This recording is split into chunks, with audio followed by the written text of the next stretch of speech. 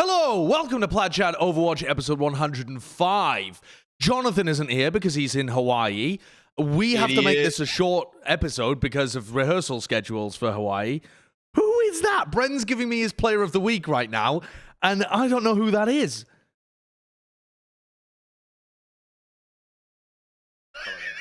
Okay, I can already tell it's something. Okay, this is already idiotic. Yeah. This guy had the nerve to go try and almost tell Joe Rogan that he's a podcaster. He hasn't been on a podcast in months. True, actually, very true. Yeah, well, it was physically there while we're recording it, and he's still not on it. Avast, tell the story though, because people at home. Okay, so we had just come off finishing our co-stream for Valorant Masters, so we're hanging out. Harsha's there. He's in Austin. You know Harsha, right? Of the Houston Outlaws. Thanks, Bren. Thank you for giving Josh some food. I kind of know Harsha. Yeah, and we're there. Now he builds keyboards now. He does. He's more of a keyboard content creator now. So it's myself, Sideshow, aka Josh, Bren, Wyatt, Rivers, and Harsha hanging out at an Austin bar. And and at this point, I have had severe alcohol poisoning from being there all week. Bren's is like, we have to keep going out all the time. I'm like, I can't do anymore. And then who walks in but Joe Rogan? He's wearing a hat, of course, to seem inconspicuous, and followed by like a huge mountain-looking dude. And so we all turned to ourselves and we said, wouldn't it be funny if one of us walked up to him and said, I'm a podcaster too? He just came alone. He was there alone. No, he had people with him. And so, but the problem is that like I was willing to do it, but then his security detail eyed me out really early because I was drinking a ton of water and there's a water station next to his table. So I was getting up like every 5 minutes to get water because there's small cups. Creepy at all. You're just I'm right next to him. The water station was right next to his table too. So I'm getting up and I'm like clearly looked at Joe Rogan. I was like, oh, that's Joe Rogan. And like getting stuff, and the security guard just like looking at me the whole time, waiting for me to make a move. And he would have snapped Connor like a twig. Yeah, he was clearly a man built for functional purpose. And like also some woman got stopped by the security detail too. Like they were like, no, you can't talk to Joe. So I'm like, they would have crunched me. Yeah, we're bigger than him anyway. Right. He would have been like, oh, you guys are a Plat Chat, come over. Exactly. Yeah, and we would have declined because we're bigger than him. There's even bigger news than that, though. There's even bigger news than Joe Rogan accidentally sitting 2 meters away from us, and that is that Overwatch 2 is going to be play tested by the pros in Hawaii. I believe it's like halfway through the grand final or something. The pros that have already been eliminated from the playoffs at that point are going to get pulled together into pug teams, I guess. To play Overwatch 2. So at what Josh was referring to as halfway through the grand finals, that would be halftime. So at halftime, that's the same thing, mate.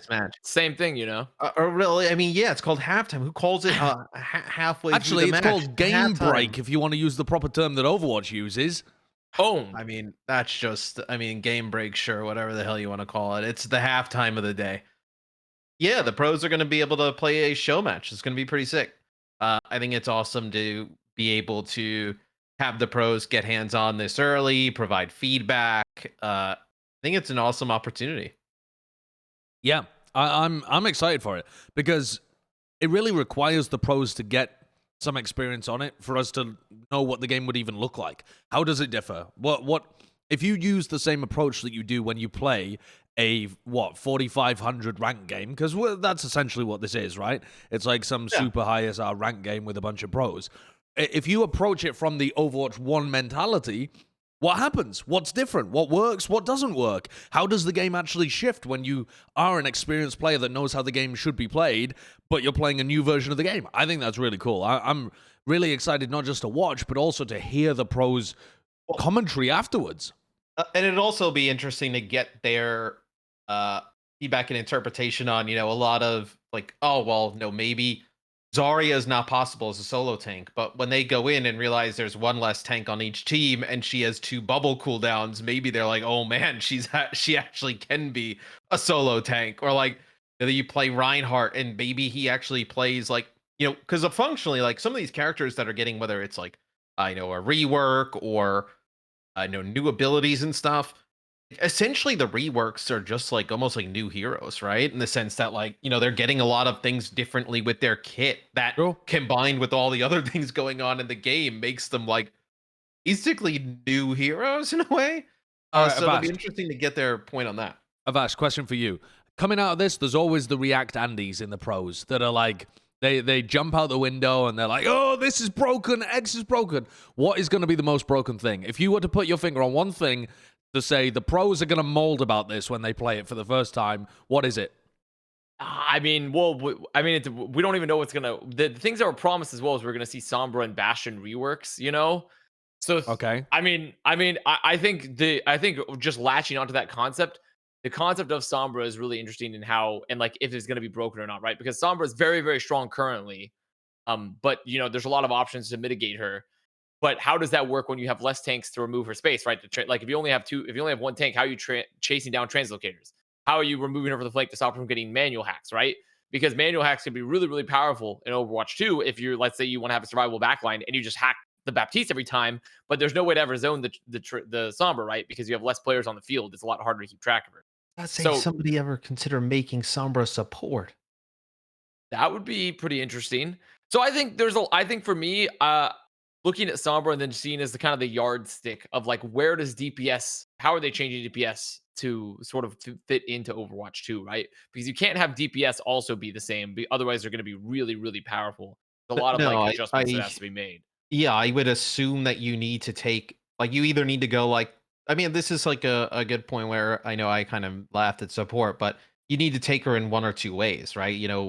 In a more supporty play style, right? Where like hacks and setting things up for teammates, or reducing some of that and make her an actual damage dealer. Because right now, I think one of the things that Sombra, probably the most of any hero, I would say, is in terms of like variance and effectiveness between skill levels, like at the probably lower to even like middle skill tier, she's just like trash win rate because you have to play so much around team and everything like that.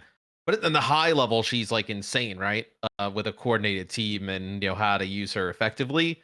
Where they probably need to try and push her in a direction that's more in line with like a different variation, a tracer style damage dealer, like a flanker with a gun that can, add it. Maybe it's not kind of self-sustain, maybe it's some kind of like whether it's like hacking or some other kind of thing that they work into that and make her more in that vein. Because I agree with you. I think like hack, if hack is like the same where it lasts that long on one tank, like that's gonna be disastrous for that player. Yeah, it's a pretty interesting idea, or not just ideas, but tests that Jeff Goodman was saying in that response that we just pulled up, where they had tried out her doing 50% extra damage from behind, which seems wild in a game like Overwatch where you can just turn around and move so quickly. I don't know how you would get value out of that. And then also the hacks were wall hacks rather than silences originally, and you could EMP, and then I guess everyone that you caught with the EMP would be wall hacked, which is incredibly weak. But the actual hack element of it is pretty strong. Like getting manual hacks and silencing people is crazy, absolutely crazy strong. But it's still powerful and yet toned down if you could hack someone and they were just visible through walls. That's still really powerful. Like you can track people's movement, their positioning, pre-fire them as they're coming around corners. Like all of that is still really interesting. I don't know. There's a lot of different ways they could go. I want a hot take from both of you. How is Bastion reworked?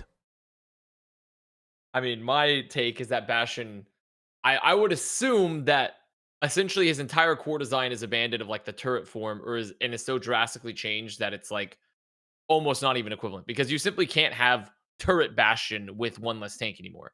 You just can't do it. Like it just won't work. He's already weak now with two tanks. Okay. So with one less tank on the field, like either the turret would have to be crazy, like I don't even understand exactly how that mitigation would work, or it would essentially have to be something where he just becomes way more recon focused and like, or maybe he has more forms. Maybe Bastion gets like I was fucking gonna more say, forms. what if he's like a fucking 4 transformer? forms? What if he's a transformer and he has like fucking like he has like a speed form where maybe he can't shoot, but he can like dart around and get to positions and set up. Like I don't know. I mean, That I think would to be me those hilarious. forms are cool, and that's where I could see like where the Bastion also, because it kind of wastes the character as well if he can't do transformations. Because like, what's the point? He's just a robot. But Yeah. the whole point of Bastion is that he can transform. So to me, I True, was always true. envisioning they were just focused more, and he has more different types of forms to do.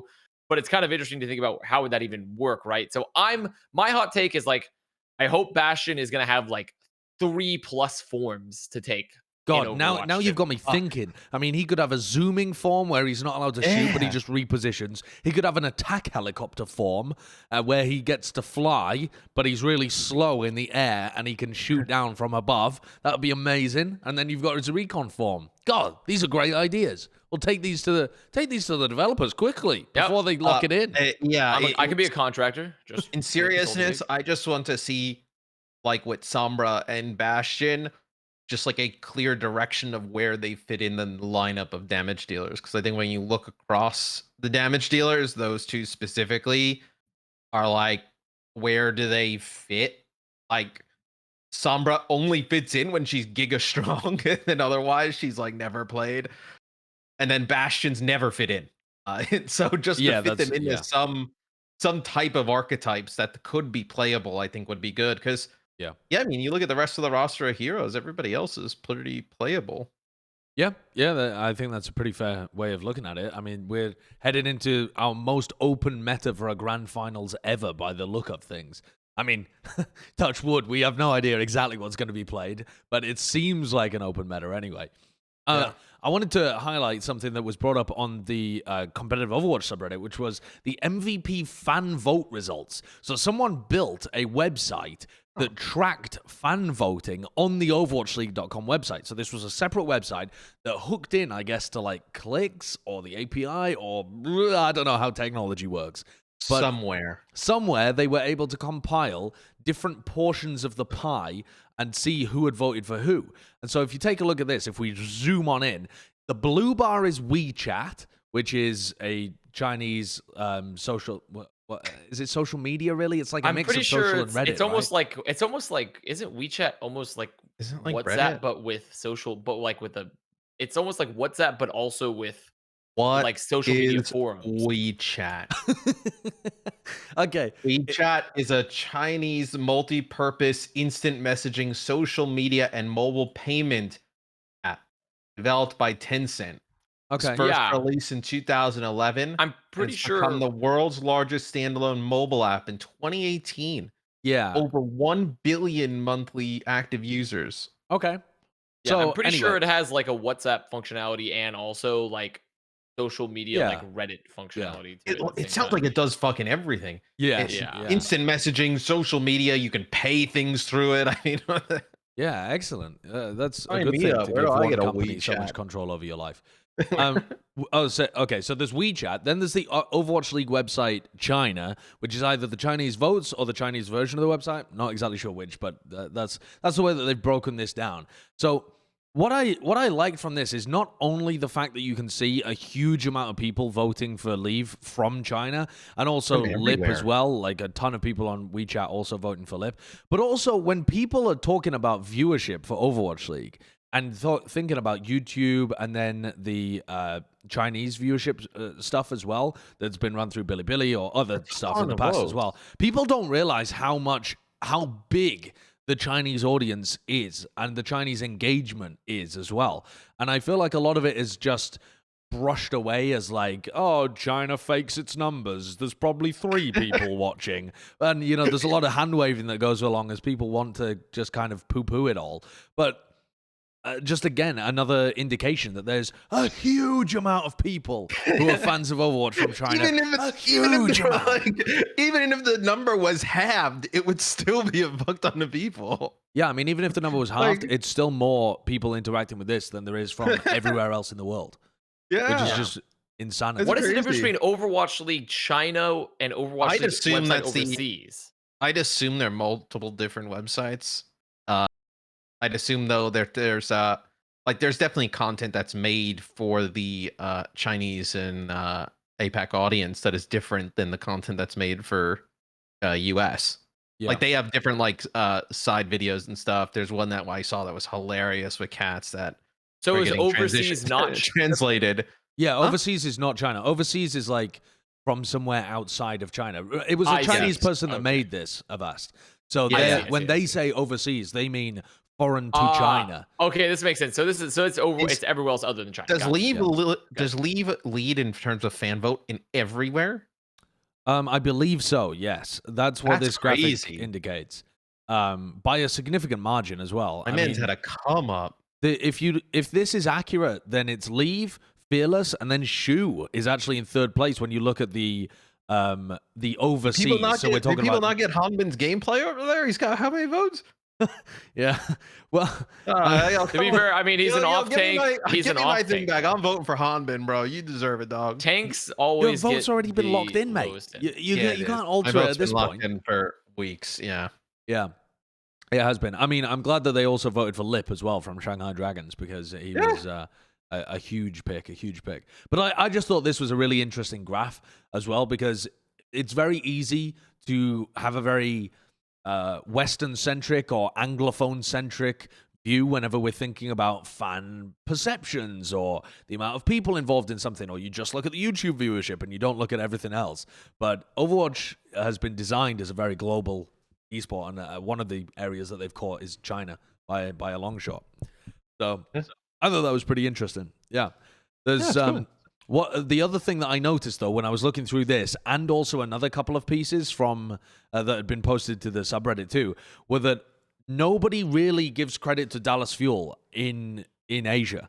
Like they're not a team that people are looking at as being like one of the top dogs. I feel like the Western audience, the Reddit audience, really caught on to like that Western NA narrative early.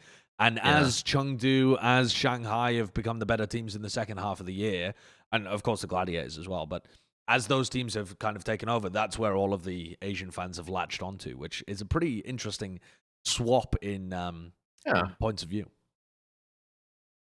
Yeah, that's quite interesting. It's you thought maybe Fearless would get some love as he's played for Shanghai for an extended period of time, but definitely not. What I expect, right? DPS always gets the most vote every time. That always happens, no matter what. DPS always gets the most votes. And but Avast, what about tank synergy though? Tank if synergy? Everybody votes for DPS wants to play DPS. Yeah, what about tank synergy though? I mean, the reality is that it's just that's the truth. You know, I mean, do I think that they don't have as high of IQ as other tank and support enjoyers? Perhaps, like myself. But at the end of the day, yeah, big. You're a big tank player, right, Avast? You're a big tank enjoyer. I do like tanks actually. It's really? my second most played role outside of supports was the main tank. Because you know that when we were trying to find opponents for the Burrito Maker, we were like, why don't you play Avast? And he was like, no, he's no competition for me. Well, first of all, that's not even true. But also on top of that, it's whatever. Okay. The next topic I wanted to go to though was Pelican. Is that Kurt howling? Yeah, Pelican. Kurt, sorry, not Pelican. Kurt is just giggling in the other room. I want to talk about Pelican because we had a lot of discussions last week when we were doing the bracket predictions, saying we didn't even know what was going to happen with Pelican. We didn't know whether he'd be allowed to play because he's playing from outside. He can't travel via airplane because of his collapsed lung that got fixed up recently. He went to hospital for that. That has been solved, but you still aren't recommended to fly afterwards because of the variations in pressure, I would assume. So Brad, the head coach of the Atlanta Reign, spoke to Liz Richardson of Dot Esports and said Pelican will be allowed to play in the playoffs. He will also be moving to West Coast, I believe, playing out of the FaZe headquarters in Los Angeles. Yeah, that's accurate. Because Atlanta is like partnered with FaZe, I guess, for the Call of Duty CDL. Yep. So he's going to be able to play. The other thing in this article as well is that when there are West Coast games, so when Atlanta plays against, for example, Washington or Dallas in the lower bracket, if they got there, they would be playing on West Coast servers. They wouldn't be playing on Tokyo. So that makes a huge difference for somebody like Pelican who can't travel to Hawaii. And that should make their games, especially against North American teams, way more competitive, right? Oh, absolutely. I mean, this is something that I think, like, after the last tournament, obviously they're trying to figure out with Atlanta what was going on with Pelican. We wanted to accommodate them as much as possible, right? So for them to be able to play, those games, or try to play those games, depending on the situation, against the NA teams really on the West Coast server, I think that's great for them. Yeah. Pelican being there is absolutely huge for Atlanta Reign too. Like actually having him there, because I do think Edison actually when he stepped in was pretty solid too, but it's hard to underestimate the value Pelican has had for the Reign this year, and him being on a relatively equal ping footing is gigantic for their chances. And I imagine a gigantic morale booster for them just to be able to play with Pelican, because I'm sure the Reign players, do they have do they sort of have a tendency to bitch and moan? Yes. But also at the same time, like they do have very legitimate complaints at times, I think. And there are definitely times where I feel like they've been shafted, even if it's not necessarily totally correct, because sometimes but they definitely have been a very unfortunate circumstance, have been having those at times. So Pelican being there, I think, is going to improve morale for the Matt, team. can you speak more about what Sephi's talking about in this paragraph in the middle of the screen between moving games for Pelican, which makes sense, we already discussed that, and then making the East region teams travel to a venue? Oh yeah, has that been announced already? I'm unaware of that. I was actually looking to see if there was a spot we talked about that, but Brad mentions it here, where the teams in China, that would be Shanghai and Chengdu, they'll be going to play from a central location, Shanghai, and then I believe Philadelphia, they're going somewhere in Korea to play.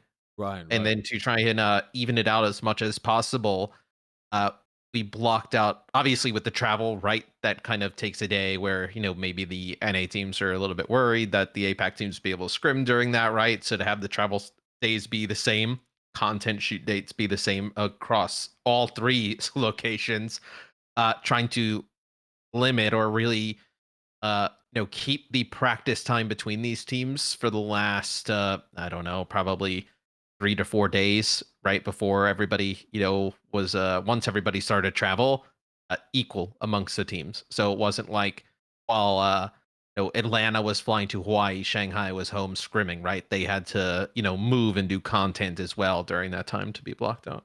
I see.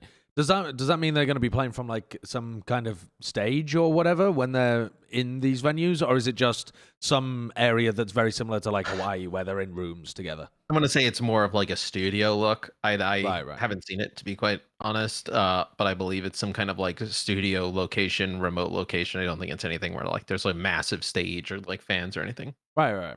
Oh, that's cool though. Yeah. I mean, again, that seems like from this article as well, from what Brad is talking to Liz about, it seems like they are happy with it. I mean, what Brad is saying is that they feel like the playing field is very fair. They're about as balanced as you can get in the current environment. That's a good thing.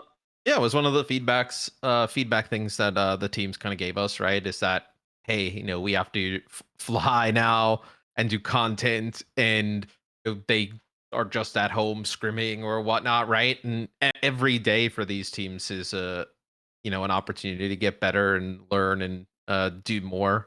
So we did as much as we can, obviously, with dealing with the relocations to even that up as much as possible. That makes sense. Did you all see the potential bait on Twitter, if we're talking about people and teams traveling, from Poko? Because yes. I don't know what to think about this, and I want your opinions on it, because I can't believe even if he could travel to Korea or North America in order to either be with his team or play on servers with low ping, I can't believe they would even field him in the first place. And he's posted a tweet, which is, he said, "What if?" And then it's a picture of his backpack at an airport. I mean, what are we supposed to read into this? All right, let me see something. What are you going to see, Sherlock? No, never mind. I was like, has Poko streamed recently, and has the background been different? Because like you could have tweeted this picture now, but maybe you traveled like a week ago, 2 weeks ago, right? And you've just kind of kept it on the sneak, But yeah, he's been streaming. Well, if the Carpe screenshot is to be believed, if he hasn't edited the dates, Carpe asked him if he's showing up on like the 18th of September, which is what, 2 days ago? Yeah. As of so recording? which would be hard which the 2 weeks ago narrative wouldn't make any sense. But if Carpe is somehow big brain enough to have changed the dates on these Discord DMs, or just ask him when he had already arrived, they just plot. Oh, that's true. It could just be a meme. separate conversation. It could be just a that's meme. true. Yeah. But I mean, the thing is, that would still require some obvious like obfuscation, right? In which case, the like, line is Carpe Carpe. responding to something Poko said with a whoa. So maybe that's I'm good to come.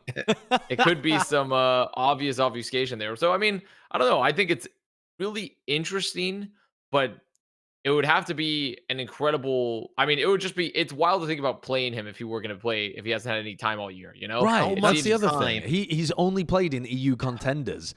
It feels, even though I do think Poko is better than Hotbar, Poko without any practice in a real team environment, like an hour. What if level, he had 2 full weeks? What if he had 2 full weeks? If he had 2 full weeks, then maybe. I mean, that would require 2 full weeks. Would be like you would have to have the utmost confidence.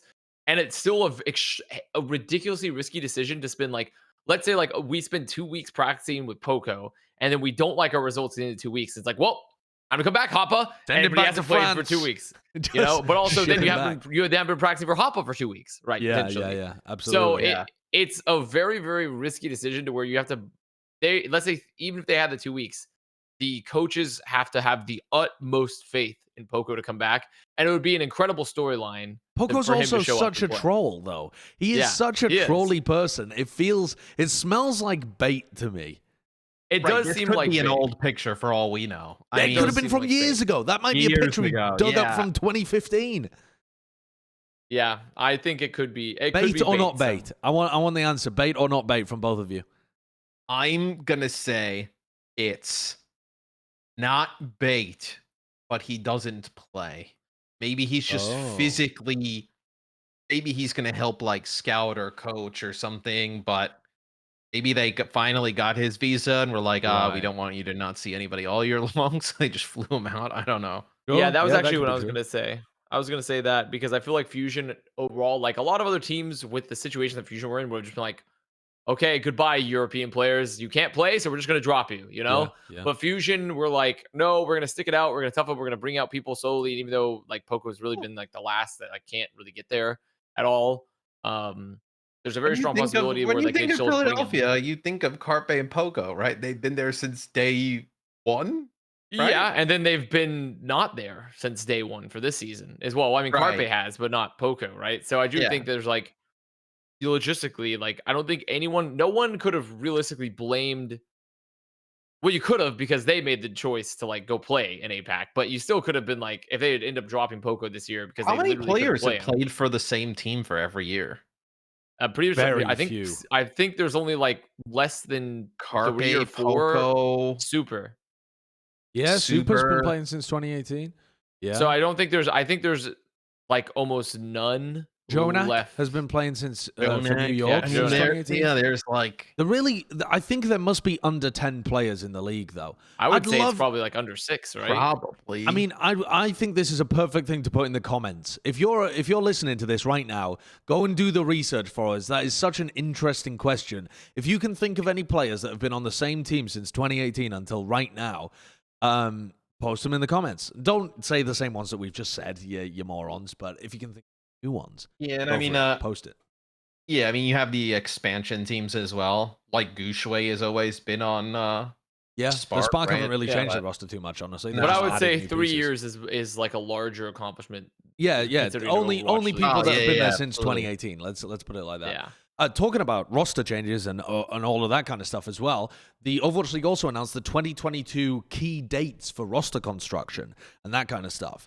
And a lot of what we've been discussing about the 2022 season, the rumors it was going to be like a 10-month off season, and then the fact that it was, announced to be aiming to begin in April 2022, sorry. A lot of people were saying, well, what are teams going to do in the meantime? It's a 6-month off season again. That's incredibly long.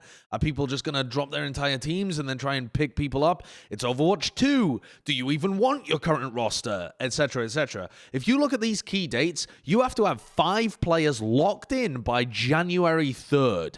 That is really quite soon, because that's then 4 months that you have them under contract just scrimming Overwatch 2. You don't have events, or at least as far as we're aware, because the season is planned to begin in April. So that's 4 months of guaranteed roster stability, at least to some degree, for these teams, which I think is a good thing when you consider the offseason is 6 months. Well, getting that roster date earlier as opposed to later does help the players a little bit. This aligns with a lot of the roster rules from last season, where it's kind of the same cadence, right? With starting up in April. So as far as I'm aware, I don't think much has changed. The biggest change by far, and the greatest change of this, is that contract extensions, like if they do +1 deals, like those have to be done at the same time that everyone else becomes free agents. So essentially all contract, because before there was people that were under extensions. So like if you had a +1, like a 1+1, teams in the previous seasons, they could choose not to extend you after the free agent date. So you could be a free agent much later than other free agents, which actually hardcore boned some players. Because everybody else would have a spot, so that you would exactly. This was actually a much more consistent rule set with free agents now heading into this offseason, which is a great change, like a way better change, because it forces teams to just like, we are extending your contract or not, and if you're not, that means they immediately enter the free agent pool along with everyone else, which is way better. They also increased the minimum salary to 50,700 instead of 50,000. I did see that. Just accounting for inflation. Those Valiant players going to be eating good next year. They're going to be eating good. Oh, that's so sad, Avast. That's so sad. But yes, yeah, I mean, I think it's going to be interesting to see this offseason. And it's the most weird offseason we've ever had, though, because how the fuck do you even know who to pick up for Overwatch 2? And the minimum amount of players, I think, went from 7 to 6, right? Yeah, less roster, which makes sense. I mean, you're removing one spot on a team. So I wonder how many players teams will have. I assume you would still bring in... Do you just go with, 2 tanks, 2 DPS, and 3 supports? That seems like a heinous amount. 3 supports.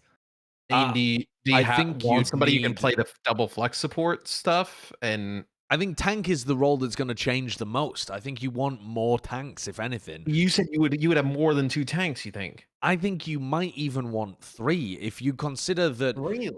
Well, here's how I would think about this. You don't know who's going to be good at tank. You can be pretty confident people are going to be good at support and DPS if they've been good at that before. But for anyone that was a main tank, are you going to be confident they can play everything? If everyone was an off tank, are you going to be confident they can play the main tank style? I don't think I would be confident as a GM with only 2 players to cover, 9 here? How many tanks are there in the game right now? Plus the extras they're probably going to add for Overwatch 2. We might be looking at 9, 10 tanks. I don't exactly know. Hog, Sigma, Diva, Winston, right? I've lost track. I've lost track. I don't know. But even if we theoretically just said there were 9, right? Having 3 tanks per person when you're going into such a very different game. There's 8 right now. There's 8 right now? Yeah, I feel like it would be reasonable to say 9, 10 once we actually get to Overwatch 2 being released. Maybe not on the beta version that they're going to be playing in April. I don't know whether they're going to have all of the new heroes at that point in time. If some of them go over, playing Zarya as an off tank may not transition to playing Zarya as a main tank with the different bubbles, that it may be a different type of play style. Now, and also you could say the same thing for Reinhardt, right? Where maybe it's a more aggressive style. I also don't think if I'm the GM, I'm not going to sign 3 tanks at the beginning of the year because they might all 3 be duds. But I might sign 2 at the beginning of the year and then maybe drop one halfway through and pick up somebody else. So I have 3 over the course of the whole season. But I think DPS you'd be safe with 2 or 3 as well. Maybe just keep it the same and have a 9-player roster, 3 at each position. Like that, I think. Yeah.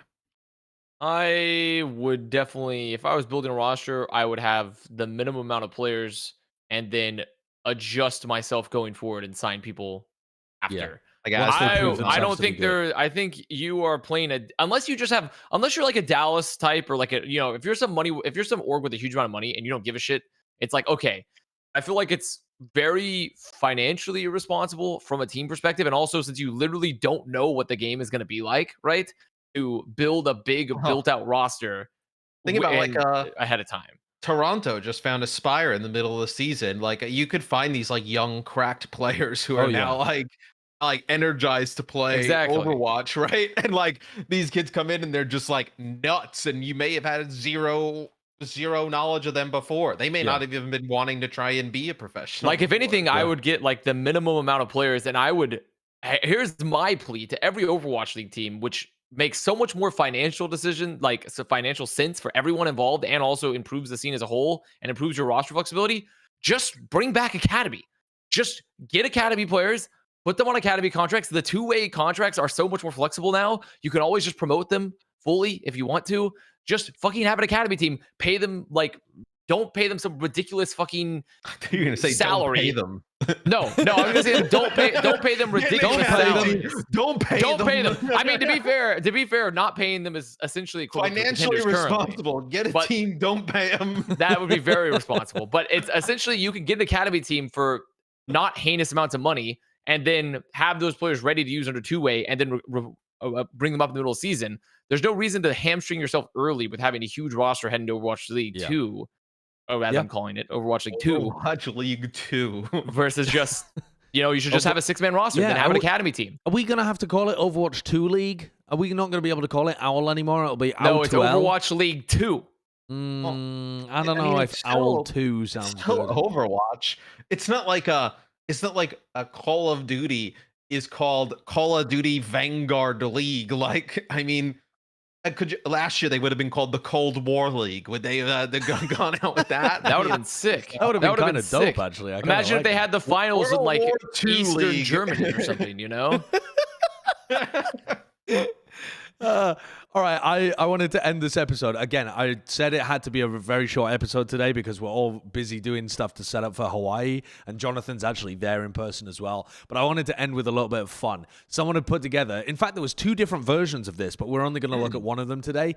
Grand Finals Bingo. So a bingo card. I think this one was huge as well. It had a ton of different things in there. I want you to find, you two have to tell me which is the most likely outcome. So what is this? A 5x5 square, and bingo, obviously you need to get 5 in a row. You can go for the diagonals if you want, but which is the most likely to be accomplished? We've got Uber wears a really cool shirt. That's an obvious one. It's almost a free square in the middle. Where the hell else do we go out from here? Which row, column, diagonal are we going to get first? I'm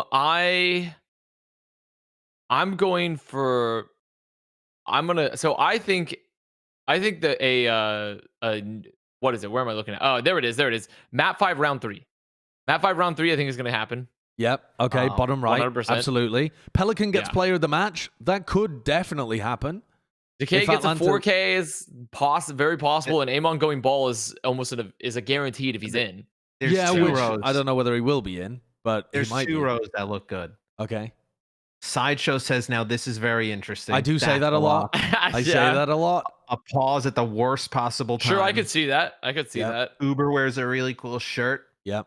Everybody on the desk is wrong with a prediction. That's absolutely totally believe that one. Suicide. Pulse bomb suicide, though, I don't know. That's a tougher one. It's quite hard. I mean, if you're playing against a brig and they bash into you and you kill yourself, that's you still, considering all the Tracer we've seen played this year, we've seen very few pulse bomb suicides. I would also say the first column down, Eamon goes ball, Chengdu just they fucking put him in at random times.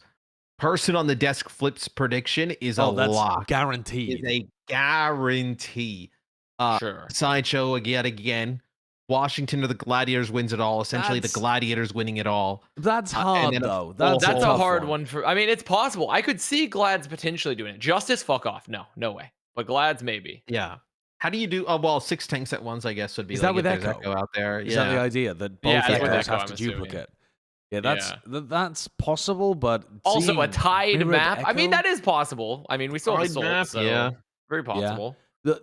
These don't seem that easy, honestly. There's not the easiest ones. I'm gonna tell you mine. I think very bottom row. Very bottom row. That's why I'm locking it in. The bottom row, Shock or Chengdu win it all. Yeah. Locking it in. Yep. Get it in there. And also, map 5, round 3, full hold on a map, lower bracket run, Genji Blade gets nuked. I mean, that's like 100%. I could see. Yeah, but what is that? So you're saying a lower bracket run and Shock or Chengdu win it all. So one of those teams runs it back from the lower bracket. All out Sure, of just the go, lower bracket. It's just shock copium No, again. but the lower bracket run doesn't mean that team has to win it all. It just means the team has a lower bracket run. The lower bracket run's open for interpretation. There's tons of teams that can have lower bracket runs. Okay. In fact, it doesn't even state the lower bracket run is successful. It could be Fuel going into the lower bracket and then immediately losing, but everyone's like, lower bracket run, like, what does that mean? I think the top, if I was to give one, I think the top row is maybe the best. Eamon goes ball. He does occasionally get subbed in. I think that's relatively possible. Shanghai Dragons or Atlanta win it all. My money's on Shanghai, so I feel like that's decently good. A good old Charlie Niner. I mean, that one's got to be said constantly. But the thing is, I mean, have we actually, who has said a good old Charlie Niner so far this year? all I'll the fucking time. say it. I'll say it. Matt says I've it, heard tons of Mitch says it, I've I heard say so it. many like C9s, and that's an old fashioned C9 stuff. But I don't remember hearing a good old Charlie Niner. Oh, it's definitely occurred. That's But one I of might Matt be wrong. Morello's famous phrases. Oh yeah. Bren Oh, is goes, it? "Oh my goodness me, man's sake." Why is he Jamaican? He does. He sounds Jamaican when he Bren says does that. sound yeah. Jamaican. Yeah, he sounds Okay. Jamaican sometimes. All right. Well, there you go. There's nothing referencing Matt here though. Well, What- no. Yeah. Matt, which there one are is you maybe going for? Torb Hammerkill. Yeah. Yeah. What would be the thing for me? I would just be the square in the middle, and it would be Matt is smaller than Mitch, and I would be the free square. I need you on a ladder for the finals then. We need to fix this. But yeah, but that doesn't even make that would just be someone stating the fact and putting it in a square. Well, like, it that's would why just be like, Matt is shorter than Mitch, because and like that's just that's like a fact. He's gonna wear a cool shirt. I mean, yeah. I mean, but the thing is, there's the possibility he couldn't. Like, the shirt is not grafted into his skin. I want to say this before it's a bunch of bullshit. Okay, talent takedown. We had bets. I was supposed to be bigger than Mitch on the broadcast, or I had to wear a shirt that he provided.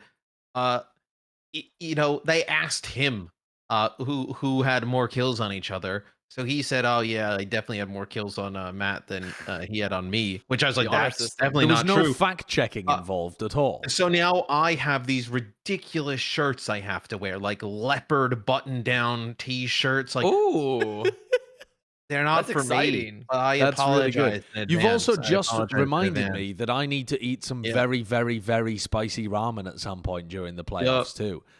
That which I'm not looking forward to in the slightest and had completely forgotten about.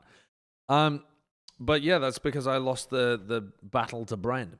Speaking of Bren, time for our most important segment of the week. It's Who Bren's is Player it? of the Week. Now, Bren showed me somebody earlier, and I'm just trying to Google them because I can't find them again, and I've forgotten the Is name. it Kurt? But no, it's not Kurt. I'll tell you roughly the story though. Bren sat me down earlier today while we were doing a rehearsal for the playoffs, and he said, "Do you know why plants are green?" Do you know? chlorophyll. Photosynthesis. Chlorophyll. And I said that. I said chlorophyll. And he said, yeah, but specifically, why does chlorophyll reflect the color green? And I said, oh, well, I used to know because it's part of your biology classes. I mean, when isn't you're it because of in like high they school. absorb most wavelengths of light other than the green wavelength? Yeah, That's but the one he's they he's reflect? asking kind of like, why have plants evolved to not absorb why? green, right? The woolly And so- mammoth. Yeah. He was telling me he was essentially explaining it, but he's kind of bad at explaining things. So he was trying to tell me that Right. there's like various different wavelengths of light that they want to absorb, and the parts that they don't end up reflecting back as green. But he never really explained to me why. But anyway, the person he wanted as Bren's Player of the Week today was some scientist who'd done the research into this shit, and I can't chlorophyll. find them. I don't know who they were. I mean, He wanted the person that figured out chlorophyll. yes, he wanted the person that did the Bro, first research into chlorophyll. I mean, I think this is a great discovery. I'm sure it's important in some aspect of whatever. Like, how bored do you got to be to go look for the light waves that hit the plants? I mean, come on, just let the plants be green. There's a bunch of other shit on. Monday Night Football's on.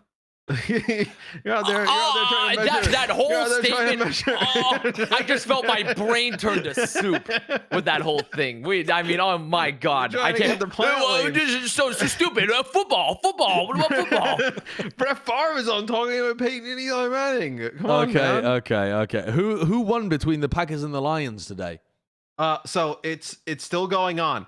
This is an important game because there's a random guy out there that nobody knows, but he had a 16-game parlay, which means he needs to hit all 16 games to get the money. $25 he put down, 16 games. he is 15 for 15. If the Lions win tonight, he turns his $25 into 730 grand. Holy. They are currently down crazy. 21-17. He just has to be sitting there clenching. I mean, I don't know what I would be doing. That would actually be legendary if that guy gets it. Yeah. Yeah. Not that we're endorsing it or promoting it. You know? That would just be a It'd be legendary great thing if that he would occur. won. I'm sure he'll donate it to charity. Yes. I agree. All right. Brent, I've found who the scientists were, though. Is it Isaac Newton? The green pigment, chlorophyll, was first discovered by Cavanto, Joseph Bienom.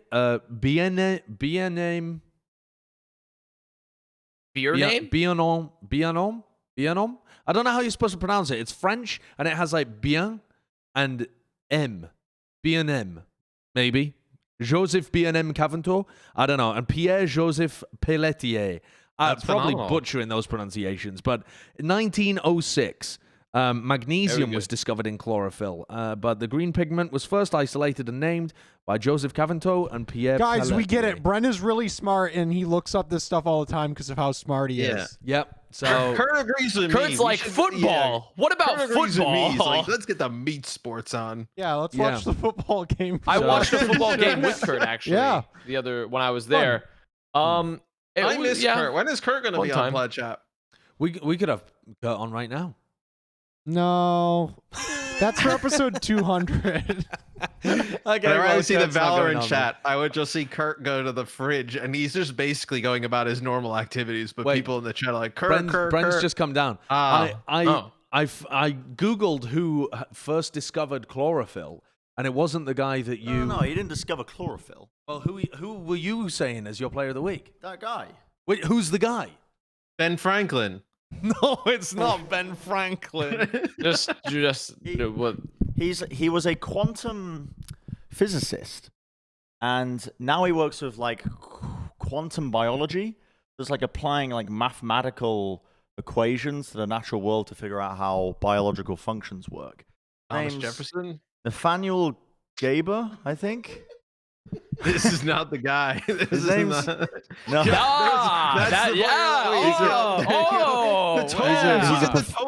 a professor at UC Riverside, Nathaniel Gaber, and he. I hope everybody watching is observing and absorbing all of this information. Yo, that's my man Isaac Newton. Yo, that's my man Isaac Newton. Yeah, he it's pretty cool. He like was explaining some of the work he was doing and figuring out like the mechanisms behind why plants are green. Anyway, we gotta fucking rehearse. I mean, yeah, we've got to go. The amount of disrespect. This guy's done so much work, and we fucked his name up twice, and then we just showed Rubik's cubes to explain what he does.